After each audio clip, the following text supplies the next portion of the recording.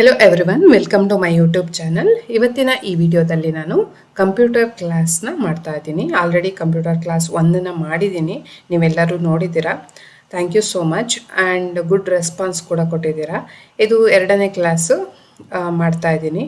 So ನಿಮ್ಗೆ already ಗೊತ್ತಿರೋದ್ರಿಂದ HSTR ಮತ್ತು GPSTR ಆಲ್ಮೋಸ್ಟ್ ಕಾಲ ಆಗುತ್ತೆ.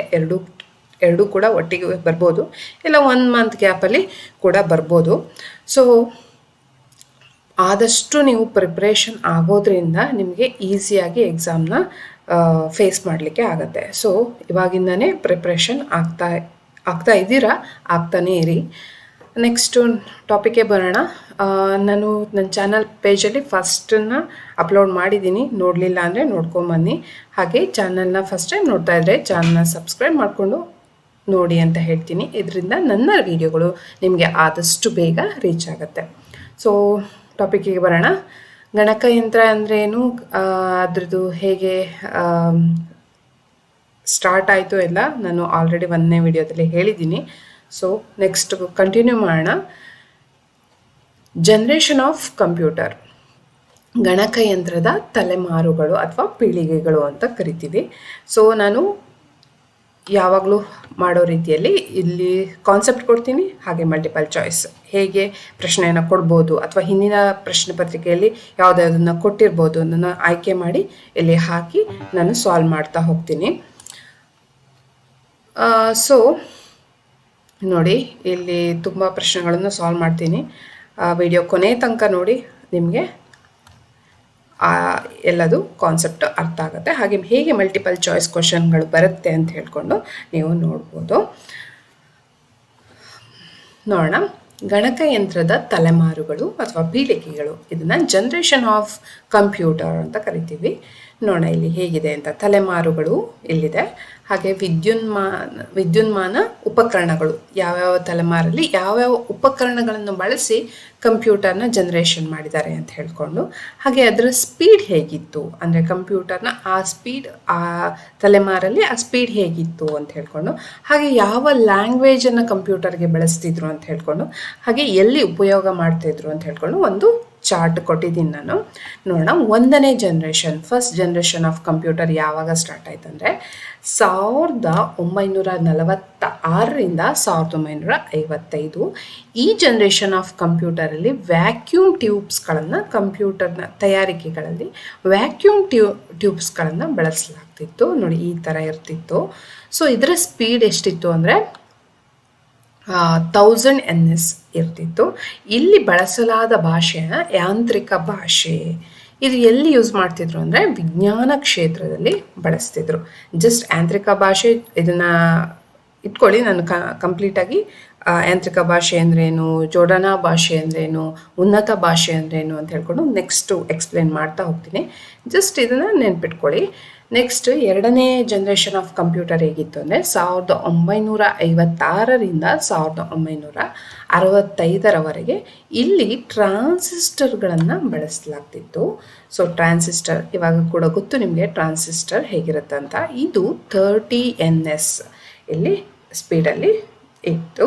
ಹಾಗೆ ಇಲ್ಲಿ ಭಾಷೆ ಏನಾಗಿತ್ತು ಅಂದರೆ ಜೋಡಣಾ ಭಾಷೆ ಅಥವಾ ಅಸೆಂಬ್ಲಿ ಲೆವೆಲ್ ಲ್ಯಾಂಗ್ವೇಜ್ ಅಂತ ಕರಿತೀವಿ. ಸೊ ಯಾಂತ್ರಿಕ ಭಾಷೆ ಇಸ್ ಮೆಷಿನ್ ಲೆವೆಲ್ ಲ್ಯಾಂಗ್ವೇಜ್ ಅಥವಾ low level language.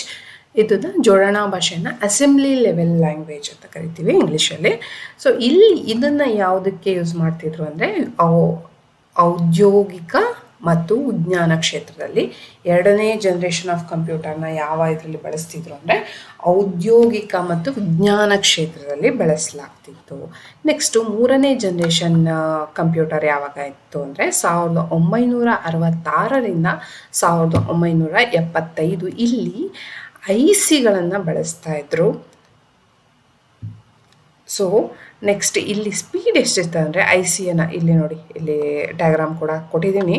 So 5 NS ಇರ್ತಿತ್ತು. ನೆಕ್ಸ್ಟು ಇಲ್ಲಿ ಬಳಸಲಾದ ಭಾಷೆ ಏನಾಗಿದೆ ಅಂದರೆ ಉನ್ನತ ಭಾಷೆ ಆಗಿರುತ್ತೆ. ಇದು ಮ್ಯಾನೇಜ್ಮೆಂಟ್ ಸಿಸ್ಟಮ್, ಡಾಟಾಬೇಸ್ ಮ್ಯಾನೇಜ್ಮೆಂಟ್ ಸಿಸ್ಟಮನ್ನು ಬಳಸಲಾಗ್ತಿತ್ತು. ನೆಕ್ಸ್ಟ್ 4ನೇ ಜನ್ರೇಷನ್ ಆಫ್ ಕಂಪ್ಯೂಟರ್ 1976ರಿಂದ ಇಂದಿನವರೆಗೂ ಕೂಡ ಬಳಸಲಾಗ್ತಿದೆ. ನಾವೀಗ ಬಳಸ್ತೀವಲ್ಲ ಪರ್ಸ್ನಲ್ ಕಂಪ್ಯೂಟರ್ PC, ಇದು ಕೂಡ 4ನೇ ಜನ್ರೇಷನ್ ಕಂಪ್ಯೂಟರ್. ಸೊ ಇಲ್ಲಿ ಏನನ್ನು ಯೂಸ್ ಮಾಡ್ತಾ ಇದ್ದೀವಿ, ಇಲ್ಲಿ ನಾವು ಮೈಕ್ರೋ ಪ್ರೊಸೆಸರ್ಗಳನ್ನು ಬಳಸಲಾಗ್ತಾ ಇದೆ. ಸೊ ವಿದ್ಯುನ್ಮಾನ ಉಪಕರಣ ಏನಂದರೆ ಮೈಕ್ರೋ ಎಲೆಕ್ಟ್ರಾನಿಕ್ ಎಕ್ವಿಪ್ಮೆಂಟ್ ಏನನ್ನು ಅದರಲ್ಲಿ ಬಳಸಲಾಗಿದೆ ಅಂದರೆ ಮೈಕ್ರೋ ಪ್ರೊಸೆಸರ್, ನೆನ್ಪಿಟ್ಕೊಳ್ಳಿ. So one of the important point ಇದು. ಇಲ್ಲಿ 1NS ಇದು ಸ್ಪೀಡ್ ಆಗಿರುತ್ತೆ. ಸೊ ಇಲ್ಲಿ ಬಳಸಲಾದ ಭಾಷೆ ಅಂದರೆ ಇವಾಗ ನಾವು ಕಂಪ್ಯೂಟ್ರಲ್ಲಿ ಬಳಸಲಾದ ಭಾಷೆ ಉನ್ನತ ಭಾಷೆ, ಅಥವಾ ನಾವೇನಂತ ಹೇಳ್ತೀವಿ ಹೈ ಲೆವೆಲ್ ಲ್ಯಾಂಗ್ವೇಜ್ ಅಂತ ಕರಿತೀವಿ. ನೆಕ್ಸ್ಟ್ 5ನೇ ಜನ್ರೇಷನ್ ಆಫ್ ಕಂಪ್ಯೂಟರ್ ಪ್ರಸ್ತುತ ಅವಧಿ ಇವಾಗಿರೋದು. ಸೊ ಇಲ್ಲಿ ಮೈಕ್ರೋ ಪ್ರೊಸೆಸರ್, ಇಲ್ಲಿ ಕೂಡ ಸೇಮ್ ಮೈಕ್ರೋ ಪ್ರೊಸೆಸರ್ನ ಯೂಸ್ ಮಾಡ್ತೀವಿ. ಸೊ 0.3NS ಉನ್ನತ ಭಾಷೆಯನ್ನು ಬಳಸ್ತೀವಿ. ಇಲ್ಲಿ ಆರ್ಟಿಫಿಷಿಯಲ್ ಇಂಟೆಲಿಜೆಂಟ್ಗಳಲ್ಲಿ 5ನೇ ಜನ್ರೇಷನ್ ಕಂಪ್ಯೂಟರ್ಗಳನ್ನು ಬಳಸಲಾಗುತ್ತದೆ. ಎಲ್ಲಿ ಅಂದರೆ ಆರ್ಟಿಫಿಷಿಯಲ್ ಇಂಟೆಲಿಜೆನ್ಸ್, ಕೃತಕ ಬುದ್ಧಿವಂತಿಕೆಯಲ್ಲಿ ಬಳಸಲಾಗ್ತದೆ. ಸೊ ಜಸ್ಟ್ ಇದನ್ನು ನೆನ್ಪಿಟ್ಕೊಳ್ಳಿ. ಸೊ ಯಾವ್ಯಾವ ಜನ್ರೇಷನಲ್ಲಿ ಯಾವುದನ್ನು ಎಲೆಕ್ಟ್ರಿಕ್ ಎಕ್ವಿಪ್ಮೆಂಟ್ನ ಬಳಸಲಾಗ್ತಿತ್ತು, ಸೊ ಅಪ್ಲಿಕೇಶನ್ ಏನು, ಇದನ್ನು ನೆನ್ಪಿಟ್ಕೊಂಡ್ರೆ ಸಾಕು ಅಂತ ಅನಿಸುತ್ತೆ. ಸೊ ನಾನು ಎಲ್ಲೋ ಹೈಲೈಟ್ ಮಾಡಿದ್ದೀನಿ ನೋಡಿ, ಅದನ್ನು ನೆನ್ಪಿಟ್ಕೊಂಡ್ರೆ ಸಾಕು ಅಂತ ಅನಿಸುತ್ತೆ. ಸೊ ಲಾಸ್ಟ್ ಎಕ್ಸಾಮಿನೇಷನ್ಗಳಲ್ಲಿ ಯಾವ ರೀತಿ ಕೇಳಿದರು ಅಂದರೆ, ವಿವಿಧ ಎಕ್ಸಾಮಿನೇಷನ್ಗಳಲ್ಲಿ ಒಂದು ಹಾಸ್ಟೆಲ್ ವಾರ್ಡನ್ನಲ್ಲಿ ಕೇಳಿದರು 2009ರಲ್ಲಿ. ಏನಿದೆ ನೋಡೋಣ. 2ನೇ ಪೀಳಿಗೆಗಳ ಗಣಕಗಳು ಏನನ್ನು ಹೊಂದಿದೆ ಅಂತ ಕೇಳ್ತಾರೆ ನೋಡಿ. IC ಚಿಪ್ಗಳನ್ನು ಬಳಸುತ್ತಿದ್ದವು, ನಿರ್ವಾತ ಕೊಳವೆಗಳನ್ನು ಅಂದರೆ ವ್ಯಾಕ್ಯೂಮ್ ಟ್ಯೂಬ್ಸ್ಗಳನ್ನು ಬಳಸಲಾಗ್ತಿತ್ತು, ಟ್ರಾನ್ಸಿಸ್ಟರ್ಗಳನ್ನು ಬಳಸಲಾಗ್ತಿತ್ತು, ಮೈಕ್ರೋ ಪ್ರೊಸೆಸರ್ ಚಿಪ್ಗಳನ್ನು ಬಳಸಲಾಗ್ತಿತ್ತು ಅಂತ ಕೇಳಿದ್ದಾರೆ. ನೋಡೋಣ. 2ನೇ ಜನ್ರೇಷನ್, 2ನೇ ಪೀಳಿಗೆಯಲ್ಲಿ ಟ್ರಾನ್ಸಿಸ್ಟರ್ಗಳನ್ನು ಬಳಸಲಾಗ್ತಿತ್ತು ಅಲ್ವಾ. ನೋಡಿ ಟ್ರಾನ್ಸಿಸ್ಟರ್ ಎಲ್ಲಿದೆ, ಆಪ್ಷನ್ ಬಿ ಯಲ್ಲಿ ಇದೆ. ಸೊ ಸರಿಯಾದ ಉತ್ತರ ಆಪ್ಷನ್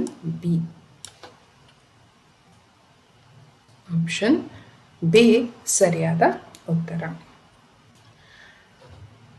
ಒಂದು ಐಡಿಯಾ ಬಂತು ಅಂತ ಅನ್ಕೊತೀನಿ, ಹೇಗೆ ನಾವು ಸಾಲ್ವ್ ಮಾಡ್ಬೋದು, ಹೇಗೆ ಕ್ವಶನ್ಗಳನ್ನು ಕೊಡ್ತಾರೆ ಅಂತ ಹೇಳ್ಕೊಂಡು. ನೀವು ಒಂದು ಪೆನ್ ಮತ್ತು ಪೇಪರ್ನ ಇಟ್ಕೊಂಡು, ಒಂದು ಬುಕ್ ಇಟ್ಕೊಂಡು ನೋಟ್ ಮಾಡ್ಕೊಳ್ತಾ ಹೋದರೆ ನಿಮಗೆ ಮತ್ತೆ ಗ್ಲ್ಯಾನ್ಸ್ ಮಾಡುವಾಗ ಈಸಿ ಆಗುತ್ತೆ. ಮತ್ತು ನಾನು ಓದುವಾಗ ಒಂದು ಹೇಳ್ತೀನಿ, ಇವತ್ತು ಓದಿದ್ದನ್ನು ಮತ್ತೆ ಇನ್ಯಾವತ್ತು 2 ತಿಂಗಳು ಬಿಟ್ಟು ಆ ಥರ ಓದಬೇಡಿ. ಓದುವಾಗ ನಿಮ್ಮ ಮೈಂಡಿಗೆ ಯಾವಾಗ ಸಹ ಗ್ಲ್ಯಾನ್ಸ್ ಮಾಡ್ತಾ ಇರಬೇಕು ಅದನ್ನು, ಒಂದು ಕಾನ್ಸೆಪ್ಟನ್ನು. ಆವಾಗ ಟೆಂಪ್ರವರಿ, ನಮ್ಮ ಮೈಂಡಲ್ಲಿ ಕೂಡ ಟೆಂಪ್ರವರಿ ಮೆಮೊರಿ ಇರುತ್ತೆ, ಪರ್ಮನೆಂಟ್ ಮೆಮೊರಿ ಇರುತ್ತೆ.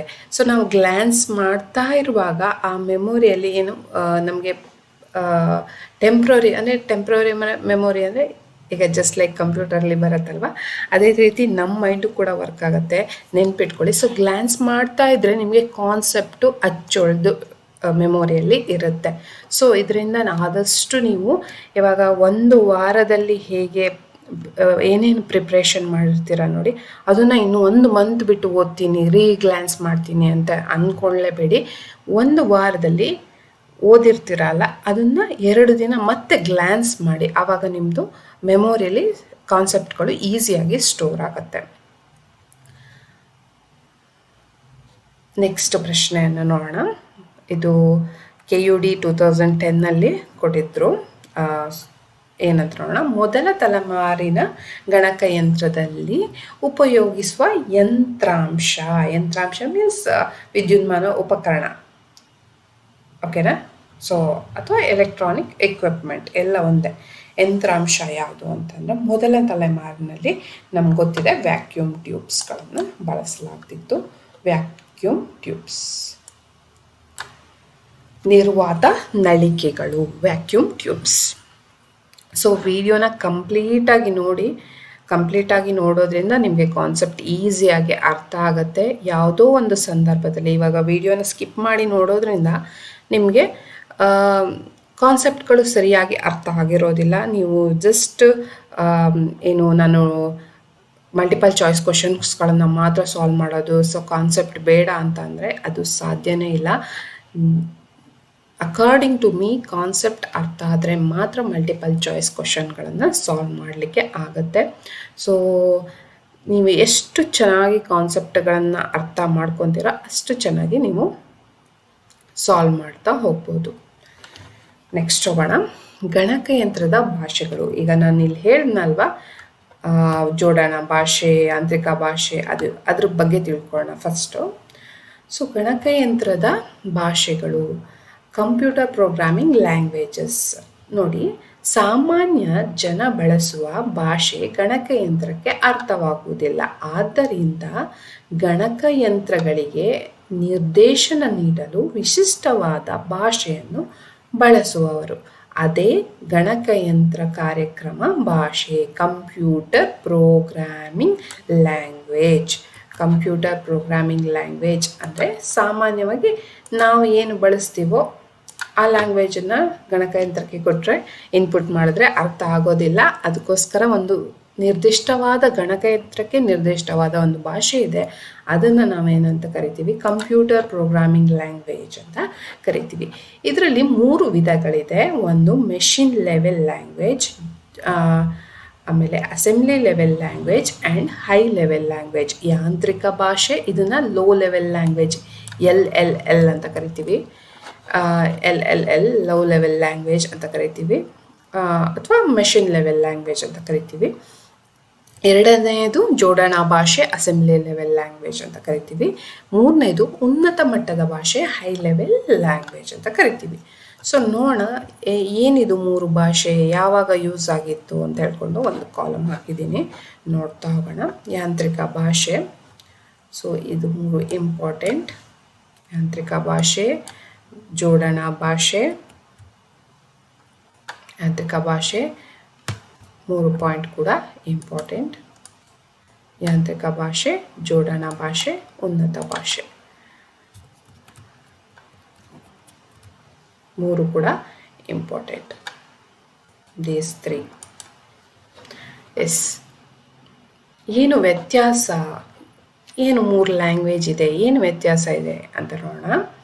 ನೋಡಿ, ಯಾಂತ್ರಿಕ ಭಾಷೆಯಲ್ಲಿ ಮಿಷನ್ ಲೆವೆಲ್ ಲ್ಯಾಂಗ್ವೇಜ್ ಅಥವಾ ಲೋ ಲೆವೆಲ್ ಲ್ಯಾಂಗ್ವೇಜ್ ಅಂತಲೂ ಕರಿತೀವಿ. MLL ಅಂದರೂ ಒಂದೇ, LLL ಅಂದರೂ ಒಂದೇ ಆಗಿರುತ್ತೆ. Machine level language or low level language.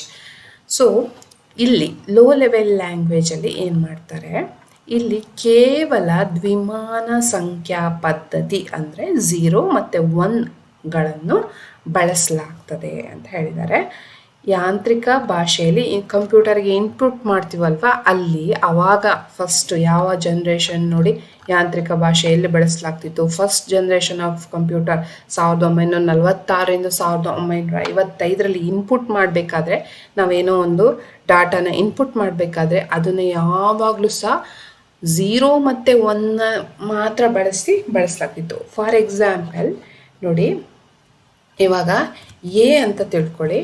ಎಗೆ ಕೋಡ್ ಏನಿರ್ತಿತ್ತು ಅಂದರೆ 001 ಅಂದರೆ ಎ ಅಂತ ತಿಳ್ಕೊಬೇಕಿತ್ತು. ಆ ಥರ ಕೋಡ್ ಬರೆದ್ಬಿಟ್ಟು ನಾವು ಆವಾಗ ಫಸ್ಟ್ ಜನ್ರೇಷನ್ ಆಫ್ ಕಂಪ್ಯೂಟರ್ ಟೈಮಲ್ಲಿ ಕೋಡ್ ಬರೆದ್ಬಿಟ್ಟು ಬರೀ ಭಾಷೆಯಲ್ಲಿ ಅರ್ಥ ಮಾಡ್ಕೊಳ್ಳೋದೇನು 0 ಮತ್ತು 1 ಮಾತ್ರನ ಕಂಪ್ಯೂಟರ್ ಅರ್ಥ ಮಾಡ್ಕೋತಿತ್ತು.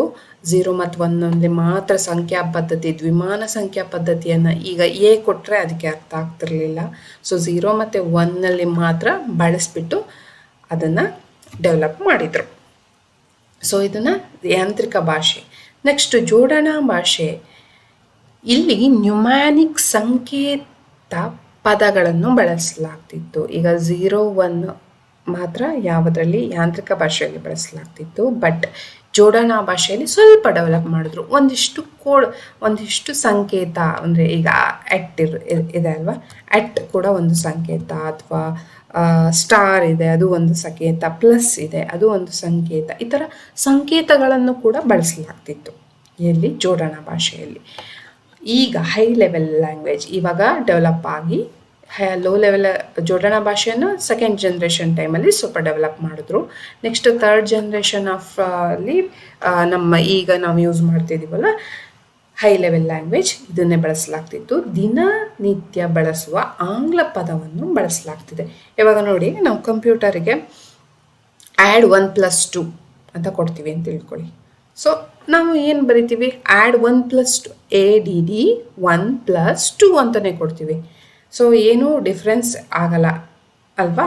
ಸೊ ಬಟ್ ಇಲ್ಲಿ ಯಾಂತ್ರಿಕ ಭಾಷೆಯಲ್ಲಿ ಅಥವಾ ಜೋಡಣಾ ಭಾಷೆಯಲ್ಲಿ ಆ ಥರ ದಿನನಿತ್ಯ ಬಳಸುವ ಆಂಗ್ಲ ಪದವನ್ನು ನಾವು ಕೊಡ್ತಿರಲಿಲ್ಲ. ಅದರ ಬದಲಾಗಿ ನ್ಯೂಮಾನಿಕ್ ಸಂಕೇತಗಳನ್ನು ಬಳಸಲಾಗ್ತಿತ್ತು. ಇಲ್ಲಿ 0, ಯಾಂತ್ರಿಕ ಭಾಷೆಯಲ್ಲಿ 0 ಮತ್ತು 1 ಮಾತ್ರ ಬಳಸಿ ನಾವು ಇನ್ಪುಟ್ಟನ್ನು ಕೊಡಬೇಕಾಗಿತ್ತು. ಸೊ ಈಸಿ ಆಗಿದೆ, ಅರ್ಥ ಆಗಿದೆ ಅಂತ ಅಂದ್ಕೊಳ್ತೀನಿ. ಡಿಫ್ರೆನ್ಸ್ ಬಿಟ್ವೀನ್ ಫಸ್ಟ್ ಡಿಫರೆನ್ಸ್ ಏನು ಅಂತ ಹೇಳ್ಕೊಂಡು. ನೆಕ್ಸ್ಟ್ ಎರಡನೇ ಡಿಫ್ರೆನ್ಸ್ ಏನು ನೋಡಿ, ಕಾರ್ಯಕ್ರಮ ರಚನೆ ಅತ್ಯಂತ ಕಷ್ಟ ಅಲ್ವಾ. ನೋಡಿ, ನಮಗೀಗ ಎಗೆ ಏನು ಬರಿತೀವಿ, 0, 0, 1. ನಾನು ಎಕ್ಸಾಂಪಲ್ ಹೇಳ್ತಿರೋದು, ಎಗೆ ನಾವು 0, 0, 1 ಅಂತ ತೊಗೊತೀವಿ. ಬಿಗೆ 0, 0, 1 ಈಸ್ ನಾಟ್ ಬಿ, ಅದು ಮತ್ತೆ ಏನೇ ಆಗುತ್ತೆ. ಸೊ ಬಿಗೆ ಇನ್ನೊಂದು ನಾವು ಏನೋ ಒಂದು ಕೋಡನ್ನು ಬರಬೇಕಿತ್ತು, ಸಿಗೆ ಇನ್ನೊಂದು ಏನೋ ಕೋಡ್ ಬರಬೇಕಿತ್ತು. ಸೊ ಇದು ತುಂಬ ಇನ್ಪುಟ್ ಮಾಡಲಿಕ್ಕೆ ತುಂಬ ಕಷ್ಟ ಆಗ್ತಿತ್ತು. ಸೊ ಇದು ಅತ್ಯಂತ ಕಷ್ಟಕರ. ಇದು ಅಷ್ಟೇ, ಕಾರ್ಯಕ್ರಮ ರಚನೆ ತುಂಬ ಕಷ್ಟ, ಆದರೆ ಕಾರ್ಯಕ್ರಮ ರಚನೆ ಈಸಿ, ಅತ್ಯಂತ ಸುಲಭ. ನೆಕ್ಸ್ಟು ಮೂರನೇ ಡಿಫ್ರೆನ್ಸ್ ಏನು ನೋಡೋಣ. ಎಲ್ಲ ಗಣಕಯಂತ್ರಗಳಿಗೆ ಒಂದೇ ಯಾಂತ್ರಿಕ ಭಾಷೆ ಇರುವುದು. ಯಾವ ಕಂಪ್ಯೂಟರ್ ತಗೊಳ್ಳಿ ಅದಕ್ಕೆ ಯಾಂತ್ರಿಕ ಭಾಷೆ ಒಂದೇ ಇರ್ತಿತ್ತು. ಬಟ್ ಇಲ್ಲಿ ಜೋಡಣಾ ಭಾಷೆ ಬೇರೆ ಬೇರೆ ಗಣಕಯಂತ್ರಗಳಿಗೆ ಜೋಡಣಾ ಭಾಷೆ ಬೇರೆ ಬೇರೆ ಆಗ್ತಿತ್ತು. ಬಟ್ ಇಲ್ಲಿ ಹೈ ಲೆವೆಲ್ ಲ್ಯಾಂಗ್ವೇಜೆಲ್ಲ ಏನಾಗುತ್ತೆ, ಎಲ್ಲ ಉನ್ನತ ಮಟ್ಟದ ಭಾಷೆಗಳನ್ನು ಎಲ್ಲ ಗಣಕಯಂತ್ರಗಳಲ್ಲೂ ಬಳಸಲಾಗ್ತದೆ. ಸೊ ಇಲ್ಲಿ ಕೂಡ ಇಲ್ಲಿ ಮತ್ತು ಇಲ್ಲಿ ಸೇಮ್ ಲ್ಯಾಂಗ್ವೇಜ್, ಬಟ್ ಇಲ್ಲಿ ಸ್ವಲ್ಪ ಡಿಫ್ರೆಂಟಾಗಿ ಬಳಸಲಾಗ್ತಿತ್ತು. ನೆಕ್ಸ್ಟ್ ವೇಗ ಅತಿ ಹೆಚ್ಚು, ಆಯಿತಾ. ವೇಗ ಸಾಧಾರಣ, ವೇಗ ಅತಿ ಕಡಿಮೆ. ಇವಾಗ ನೀವು ಅನ್ಕೋಬೋದು ಫ್ರ್ಯಾಕ್ಷನ್ ಆಫ್ ಸೆಕೆಂಡಲ್ಲಿ ಇದು ವರ್ಕ್ ಮಾಡುತ್ತಲ್ಲ ಕಂಪ್ಯೂಟರ್ ಅಂತ ಹೇಳ್ಕೊಂಡು. ಬಟ್ ಅದಕ್ಕೆ ಕೂಡ ಒಂದು ಇಂಟರ್ಪ್ರಿಟರ್, ಅಸೆಂಬ್ಲರ್ ಅಂತ ಹೇಳ್ಕೊಂಡು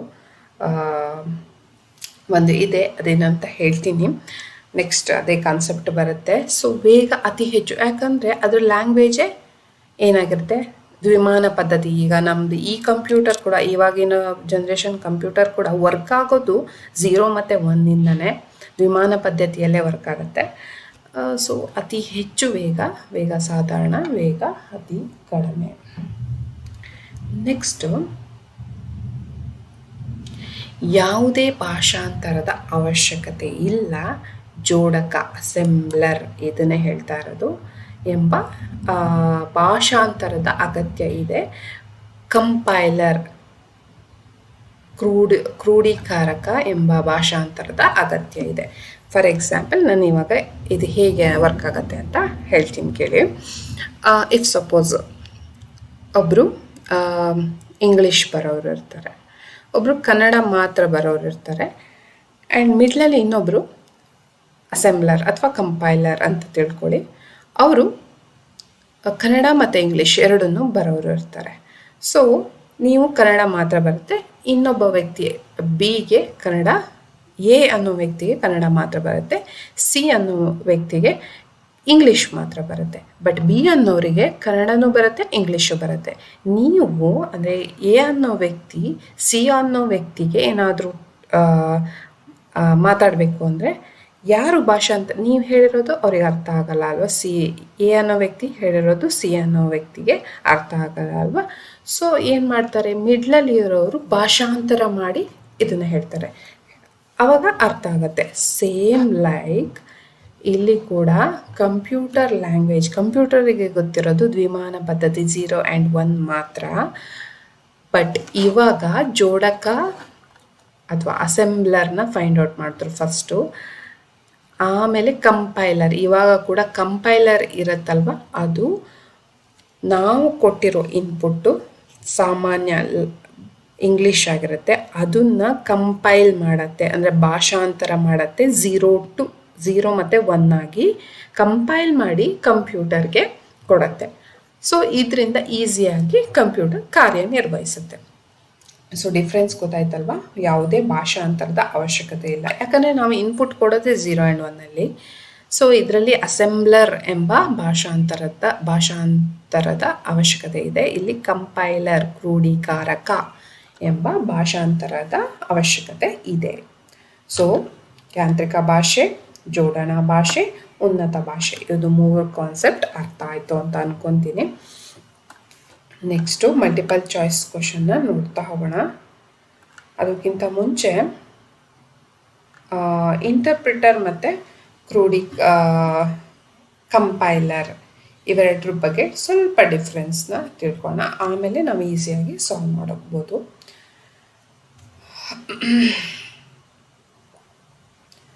ಇಂಟರ್ಪ್ರಿಟರ್ ಅಂದರೆ ಉನ್ನತ ಮಟ್ಟದ ಭಾಷೆಯನ್ನು ಯಾಂತ್ರಿಕ ಭಾಷೆಯಾಗಿ ಭಾಷಾಂತರಿಸುವುದನ್ನು ಇಂಟರ್ಪ್ರಿಟರ್ ಅಂತ ಕರಿತೀವಿ. ಓಕೆ, ನೆಕ್ಸ್ಟ್ ಕಂಪೈಲರ್ ಕೂಡ ಅದೇ ಕೆಲಸ ಮಾಡುತ್ತೆ. ಕಂಪೈಲರ್ ಎರಡೂ ಕೂಡ ಇಂಟರ್ಪ್ರಿಟರ್ ಮತ್ತು ಕಂಪೈಲರ್ ಉನ್ನತ ಮಟ್ಟದ ಭಾಷೆಯ ಸೂಚನೆಯನ್ನು ಕಂಪ್ಯೂಟರ್ಗೆ ನಾವು ಮಾಡುತ್ತೆ. ಯಾಂತ್ರಿಕ ಭಾಷೆ ಅಂದರೆ ಹೈ ಲೆವೆಲ್ ಲ್ಯಾಂಗ್ವೇಜನ್ನು ಲೋ ಲೆವೆಲ್ ಲ್ಯಾಂಗ್ವೇಜ್ ಆಗಿ ಅಥವಾ ಮೆಷಿನ್ ಲೆವೆಲ್ ಲ್ಯಾಂಗ್ವೇಜ್ ಆಗಿ ಕನ್ವರ್ಟ್ ಮಾಡುತ್ತೆ ಅಷ್ಟೇ ಇಂಟರ್ಪ್ರಿಟರ್ ಮಾಡೋ ಕೆಲಸ. High level to low level or high level to machine level language, high level to low level language ಆಗಿ ಕನ್ವರ್ಟ್ ಮಾಡುತ್ತೆ. ಬಟ್ ಇದರಲ್ಲೇ ಸ್ವಲ್ಪ ಡಿಫ್ರೆನ್ಸ್ ಇದೆ. ಇಂಟರ್ಪ್ರಿಟರ್ ಮತ್ತು ಕಂಪೈಲರ್ ಇದು ತುಂಬ ಇಂಪಾರ್ಟೆಂಟ್ ನೋಟು, ಯಾಕಂದರೆ ತುಂಬ ಕ್ವಶನ್ಗಳನ್ನು ಇಲ್ಲಿ ಕೇಳಿದ್ದಾರೆ ವಿವಿಧ ಎಕ್ಸಾಮ್ಗಳಲ್ಲಿ. ಮತ್ತು ಸೊ ಇದು ವೆರಿ ವೆರಿ ಇಂಪಾರ್ಟೆಂಟ್. ಒಂದು ಸಲ ನೋಡ್ಕೊಂಬನ್ನಿ ಹೇಗೆ ಇರುತ್ತೆ ಅಂತ, ಜಸ್ಟ್ ನೋಡಿದ ತಕ್ಷಣ ಅರ್ಥ ಆಗುತ್ತೆ. ಕಂಪೈಲರ್ ಏನು ಮಾಡುತ್ತೆ, ಇಂಟರ್ಪ್ರಿಟರ್ ಏನು ಮಾಡುತ್ತೆ ಅಂತ ಹೇಳ್ಕೊಂಡು ನೋಡಿ. ಕಂಪೈಲರ್ ಇರುತ್ತಲ್ವ, ಸೊ ಸಂಪೂರ್ಣ ಪ್ರೋಗ್ರಾಮನ್ನು ಇನ್ಪುಟ್ ಆಗಿ ಪರಿಗಣಿಸುವುದು. ಇವಾಗ ನಾವು ಒಂದು ಪೇಜನ್ನು ಇನ್ಪುಟ್ ಕೊಡ್ತಾ ಇದ್ದೀವಿ ಅಂತ ತಿಳ್ಕೊಳ್ಳಿ, ಇಡೀ ಒಂದು ಪೇಜನ್ನು ಇನ್ಪುಟ್ ಅಂತಲೇ ತಿಳ್ಕೊಳ್ಳುತ್ತೆ. ಬಟ್ ಒಂದು ಇನ್ಸ್ಟ್ರಕ್ಷನ್ ಅನ್ನು ಮಾತ್ರ ಪ್ರತ್ಯೇಕವಾಗಿ ಇನ್ಪುಟ್ ಎಂದು ಪರಿಗಣಿಸುತ್ತದೆ ಅಂತ ಇದೆ. ಇಂಟರ್ಪ್ರಿಟರ್ ಏನು ಮಾಡುತ್ತೆ, ಕಂಪೈಲರ್ ಒಂದು ಇಡೀ ಪೇಜನ್ನು ಎಲ್ಲದನ್ನು ಕೂಡ ಒಂದೇ ಇನ್ಪುಟ್ ಆಗಿ ಅಂತ ತಿಳ್ಕೊಳ್ಳುತ್ತೆ. ಬಟ್ ಇಂಟರ್ಪ್ರಿಟರ್ ಇರುತ್ತಲ್ವ, ಚಿಕ್ಕ ಚಿಕ್ಕ ಚಿಕ್ಕ ಪಾರ್ಟ್ ಆಗಿ, ಅಂದರೆ 1 line 1 input, 2 line 2 input, 3 line 3 input, ಆ ಥರ ಮಾಡಿ ಚಿಕ್ಕ ಚಿಕ್ಕ ಚಿಕ್ಕ ಭಾಗಗಳಾಗಿ ಇನ್ಪುಟ್ಟನ್ನು ತಗೊಳುತ್ತೆ. ಸೊ ಭಾಷಾಂತರಿಸುವಾಗ ಮಧ್ಯದಲ್ಲಿ ಆಬ್ಜೆಕ್ಟ್ ಕೋಡು ತಯಾರಿಸುವುದು. ಈಗ ಭಾಷಾಂತರ ಮಾಡುವಾಗ ಆಬ್ಜೆಕ್ಟ್ ಕೋಡನ್ನು ತಯಾರಿಕೆ ಮಾಡ್ಕೊಳ್ಳುತ್ತೆ. ಬಟ್ ಭಾಷಾಂತರ ಮಾಡುವಾಗ ಇಲ್ಲಿ ಇವೆರಡೂ ಕೂಡ ಭಾಷಾಂತರನೇ ಮಾಡೋದು, ಇಲ್ಲಿ ಆಬ್ಜೆಕ್ಟ್ ಕೋಡನ್ನು ತಯಾರಿಸುವುದಿಲ್ಲ. ಹೆಚ್ಚು ಮೆಮೊರಿಯ ಅವಶ್ಯಕತೆ ಇದೆ, ಇಲ್ಲಿ ಕಡಿಮೆ ಮೆಮೊರಿಯ ಅವಶ್ಯಕತೆ ಇದೆ. ಕಂಪೈಲರಲ್ಲಿ ಹೆಚ್ಚು ಮೆಮೊರಿ, ಯಾಕಂದರೆ ಇಡೀ ಒಂದು ಸಂಪೂರ್ಣವನ್ನು ಇನ್ಪುಟ್ಟನ್ನು ತಗೊಳುತ್ತಲ್ವ, ಅದಕ್ಕೆ ಹೆಚ್ಚು ಮೆಮೊರಿಯ ಅವಶ್ಯಕತೆ ಇದೆ. ಇಲ್ಲಿ ಕಡಿಮೆ ಮೆಮೊರಿಯ ಅವಶ್ಯಕತೆ ಇದೆ, ಯಾಕಂದರೆ ಇಲ್ಲಿ ಚಿಕ್ಕ ಚಿಕ್ಕ ಪಾರ್ಟ್ ಆಗಿ ಇದು ಮಾಡುತ್ತಲ್ವ, ಅದಕ್ಕೆ. ವೇಗ ಕಡಿಮೆ, ವೇಗ ಹೆಚ್ಚು. ಸೊ ಕಂಪೈಲರ್ ವೇಗ ಇದೆಯಲ್ಲ, ಅದು ಕಡಿಮೆ ಆಗಿರುತ್ತೆ ಕಂಪೇರ್ ಟು ಇಂಟರ್ಪ್ರಿಟರ್ದ ವೇಗ ಹೆಚ್ಚು. ಹಾಗೆ ಸಂಪೂರ್ಣ ಪ್ರೋಗ್ರಾಮನ್ನು ಕ್ಲಿಕ್ ಮಾಡಿ ಎರರ್ಗಳನ್ನು ಪಟ್ಟಿ ಮಾಡಬಹುದು. ಇವಾಗ ಏನು ಒಂದು ಪ್ರೋಗ್ರಾಮ್ನ ರನ್ ಮಾಡುವಾಗ ಸಂಪೂರ್ಣ ಪ್ರೋಗ್ರಾಮನ್ನು ಕ್ಲಿಕ್ ಮಾಡಿ ಎರರ್ನ ಪಟ್ಟಿ ಮಾಡ್ಬೋದು. ಬಟ್ ಇಲ್ಲಿ ಇಂಟರ್ಪ್ರಿಟರಿಗೆ ಒಂದೊಂದು ಲೈನ್ ಏನಾದರೂ ಎರರ್ ಇದ್ದರೆ, ಏನಾದರೂ ಮಿಸ್ಟೇಕ್ ಇದ್ದರೆ, ಸೊ ಎರರ್ ಅಂತ ನಾನು ಹೇಳ್ತಿದ್ದೀನಿ. ಸೊ ಪ್ರೋಗ್ರಾಮಿಂಗ್ ಲ್ಯಾಂಗ್ವೇಜಲ್ಲಿ ಎರರ್ ಅಂದರೆ ಸೇಮ್ ಮಿಸ್ಟೇಕ್. ಸೊ ಎರರ್ ಇದ್ದರೆ ಒಂದೊಂದೇ ಲೈನ್ ಬೈ ಲೈನ್ ನಾವು ನೋಡಬೇಕಾಗತ್ತೆ. ಬಟ್ ಇಲ್ಲಿ ಹಾಗಲ್ಲ, ಸಂಪೂರ್ಣ ಪ್ರೋಗ್ರಾಮಲ್ಲೇ ಎರರ್ನ ಫೈಂಡ್ ಔಟ್ ಮಾಡ್ಬೋದು. ನೆಕ್ಸ್ಟ್ ಕಂಪೈಲರ್ಲಿ ಉದಾಹರಣೆ ಸಿ ಕಂಪೈಲರ್, ಇದು ಇಂಪಾರ್ಟೆಂಟ್. ಸಿ ಕಂಪೈಲರ್ ಕಂಪೈಲರ್ಗೆ ಉದಾಹರಣೆ ಸಿ ಕಂಪೈಲರ್. ಇಂಟರ್ಪ್ರಿಟರಿಗೆ ಬೇಸಿಕ್ ಎಕ್ಸಾಂಪಲ್ ಇಸ್ ಬೇಸಿಕ್. ಇದನ್ನು ಸ್ವಲ್ಪ ನೆನ್ಪಿಟ್ಕೊಳ್ಳಿ. ನೆಕ್ಸ್ಟ್ ಮಲ್ಟಿಪಲ್ ಚಾಯ್ಸ್ ಕ್ವಶನ್ಗಳನ್ನು ನೋಡ್ತಾ ಹೋಗೋಣ. 10 ಪ್ರಶ್ನೆ ಇದೆ, ಈಸಿಯಾಗಿ ಸಾಲ್ವ್ ಮಾಡ್ಬೋದು. ಪ್ರಶ್ನೆ ಸಂಖ್ಯೆ 1, ಅಸೆಂಬ್ಲರ್ ಅನ್ನು ಯಾವ ಭಾಷೆಯ ಪರಿವರ್ತಕವಾಗಿ ಬಳಸುವರು ಅಂತ ಕೇಳಿದ್ದಾರೆ. ಅಸೆಂಬ್ಲರ್ನ ನಮ್ಗೆ ಗೊತ್ತು. ಅಸೆಂಬ್ಲರ್ನ ಏನು ಮಾಡ್ತಾರೆ, ಲೋ ಲೆವೆಲ್ ಅಸೆಂಬ್ಲಿ ಲೆವೆಲ್ ಲ್ಯಾಂಗ್ವೇಜಿಂದ ಲೋ ಲೆವೆಲ್ ಲ್ಯಾಂಗ್ವೇಜ್ ಆಗಿ ಕನ್ವರ್ಟ್ ಮಾಡೋಕ್ಕೆ ಬಳಸ್ತಾರೆ. So low level language, machine level language. ಅಸೆಂಬ್ಲರ್ನ ಎಲ್ಲಿ ಬಳಸ್ತಾರೆ, ಲೋ ಲೆವೆಲ್ ಲ್ಯಾಂಗ್ವೇಜ್ ಆಗಿ. ಕಂಪೈಲರ್ನು ಕೂಡ ಲೋ ಲೆವೆಲ್ ಲ್ಯಾಂಗ್ವೇಜ್ ಆಗಿ ಕನ್ವರ್ಟ್ ಮಾಡೋಕ್ಕೆ ಬಳಸ್ತಾರೆ. ಉತ್ತರ 1. ನೆಕ್ಸ್ಟ್, ಆರಂಭದಲ್ಲಿ ಕಂಪ್ಯೂಟರ್ ಪ್ರೋಗ್ರಾಮ್ಗಳನ್ನು ಯಾವ ಭಾಷೆಯಲ್ಲಿ ಬರೆಯಲಾಯಿತು ಅಂತ ಕೇಳಿದ್ದಾರೆ. ಸೊ ಅಸೆಂಬ್ಲಿ ಭಾಷೆ, ಯಾಂತ್ರಿಕ ಭಾಷೆ, ಸೋರ್ಸ್ ಕೋಡ್, ಆಬ್ಜೆಕ್ಟ್ ಕೋಡ್ ಯಾವುದು ಅಲ್ಲ ಅಂತ ಕೊಟ್ಟಿದ್ದಾರೆ. ಇದು ಕೂಡ ಕ್ಲರ್ಕ್ 2007 ಕೇಳಿದ್ದಾರೆ. ಸೊ ನೋಡಿದ ತಕ್ಷಣ ಗೊತ್ತಾಗುತ್ತೆ ಯಾಂತ್ರಿಕ ಭಾಷೆ. ನೆಕ್ಸ್ಟ್ ಪ್ರಶ್ನೆ 3, ಪ್ರತಿ ಕಂಪ್ಯೂಟರ್ಗೆ ಗೊತ್ತಿರಬೇಕಾದ ಭಾಷೆ ಯಾವುದು ಅಂತ ಕೇಳಿದ್ದಾರೆ. ಪ್ರತಿ ಕಂಪ್ಯೂಟರಲ್ಲೂ ಗೊತ್ತಿರಲೇಬೇಕಾದ ಭಾಷೆ ಮೆಷಿನ್ ಲೆವೆಲ್ ಲ್ಯಾಂಗ್ವೇಜ್ ಅಲ್ವಾ. ಸೊ ಎಲ್ಲ ಕಂಪ್ಯೂಟರಿಗೂ ವರ್ಕ್ ಆಗೋದು ಮೆಷಿನ್ ಲೆವೆಲ್ ಲ್ಯಾಂಗ್ವೇಜಲ್ಲೇ. ನೆಕ್ಸ್ಟು 4ನೇ ಪ್ರಶ್ನೆಯನ್ನು ನೋಡೋಣ. ಕಂಪ್ಯೂಟರ್ಗಳು ದತ್ತಾಂಶವನ್ನು ಸಂಸ್ಕರಿಸಲು ಯಾವ ಭಾಷೆಯನ್ನು ಬಳಸಲಾಗ್ತದೆ? ನಾನು ಆಲ್ರೆಡಿ ಹೇಳಿದ್ದೀನಿ, ದತ್ತಾಂಶವನ್ನು ಈ ಕಂಪ್ಯೂಟರ್ ಬಳಸೋದು 0 ಮತ್ತು 1 ದ್ವಿಮಾನ ಸಂಖ್ಯಾ ಪದ್ಧತಿ ಅಲ್ವಾ. ಸೊ ಇಲ್ಲೇ ಸೇಮ್ ಇದೆ ನೋಡಿ. ಸಂಸ್ಕರಣೆ ಕಿಲೋಬೈಟ್ಸ್, ದ್ವಿಮಾನ ಸಂಖ್ಯೆ ಮೆಗಾಬೈಟ್ಸ್ ಅಂತ ಕೇಳಿದ್ದಾರೆ. ಯಾವ ದತ್ತಾಂಶ ಸಂಸ್ಕರಿಸಲು ಯಾವ ಭಾಷೆಯನ್ನು, ದ್ವಿಮಾನ ಸಂಖ್ಯೆಯನ್ನು ಬಳಸಲಾಗುತ್ತೆ. ನೆಕ್ಸ್ಟ್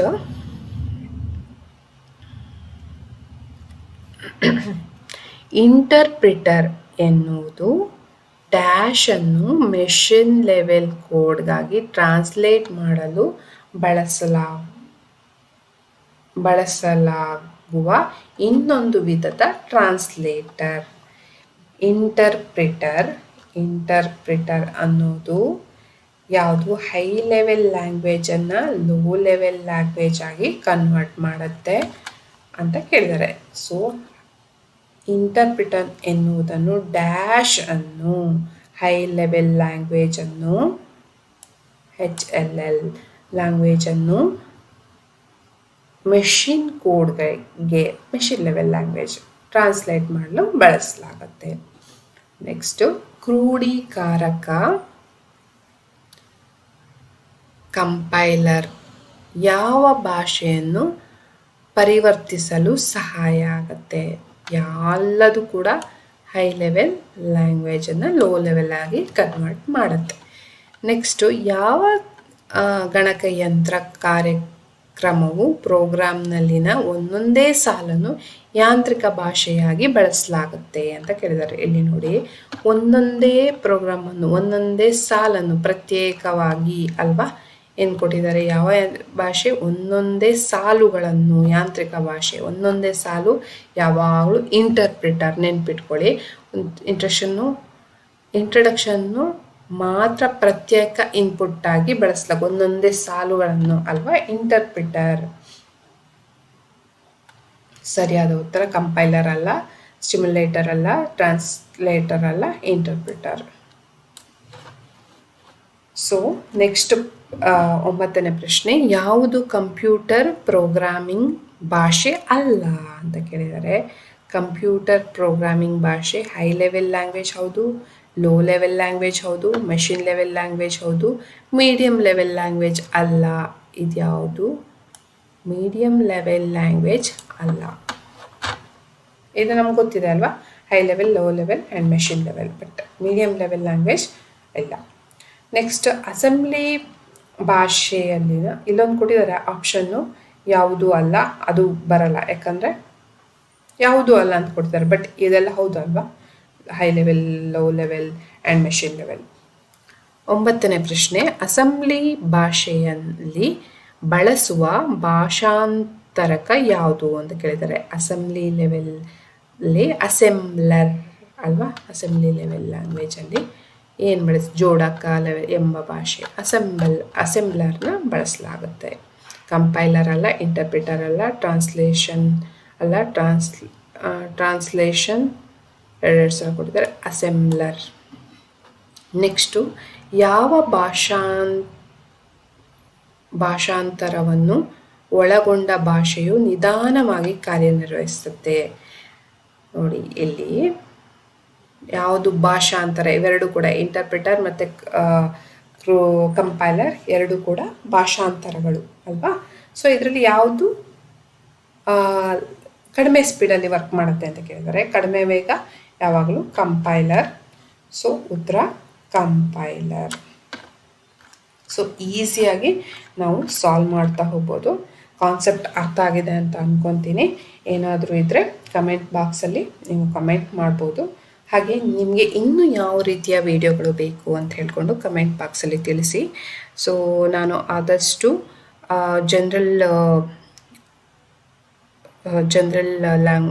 ಜನರಲ್ ಪೇಪರ್ನ ಸಾಲ್ವ್ ಮಾಡಲಿಕ್ಕೆ ಬಯಸ್ತೀನಿ. ಹಾಗೆ ನೆಕ್ಸ್ಟು ಯಾವುದಾದ್ರೂ ನಿಮಗೆ ಮ್ಯಾಥ್ಸ್ ಇರ್ಬೋದು, ಫಿಸಿಕ್ಸ್ ಇರ್ಬೋದು, ಯಾವುದಾದ್ರೂ ಬೇಕಾದರೆ ಅದನ್ನು ಕೂಡ ಕಮೆಂಟ್ ಬಾಕ್ಸಲ್ಲಿ ತಿಳಿಸಿ. ನಾನು ಆದಷ್ಟು ಕಾನ್ಸೆಪ್ಟ್ಗಳನ್ನು ಎಕ್ಸ್ಪ್ಲೇನ್ ಮಾಡೋಕ್ಕೆ ಪ್ರಯತ್ನ ಪಡ್ತೀನಿ. ಹಾಗೆ ವಿಡಿಯೋ ಇಷ್ಟ ಆದರೆ ಲೈಕ್ ಮಾಡಿ, ಚಾನಲ್ನ ಸಬ್ಸ್ಕ್ರೈಬ್ ಮಾಡಿ, ನಿಮ್ಮ ಫ್ರೆಂಡ್ಸ್ಗೆ ಯಾರ್ಯಾರಿಗೆ ಇದು ಯೂಸ್ ಆಗುತ್ತೋ ಅವರಿಗೆ ಶೇರ್ ಮಾಡಿ ಅಂತ ಹೇಳ್ತಾ ಮತ್ತೊಂದು ವಿಡಿಯೋ ಜೊತೆ ಮತ್ತೆ ಸಿಗ್ತೇನೆ. ಧನ್ಯವಾದಗಳು.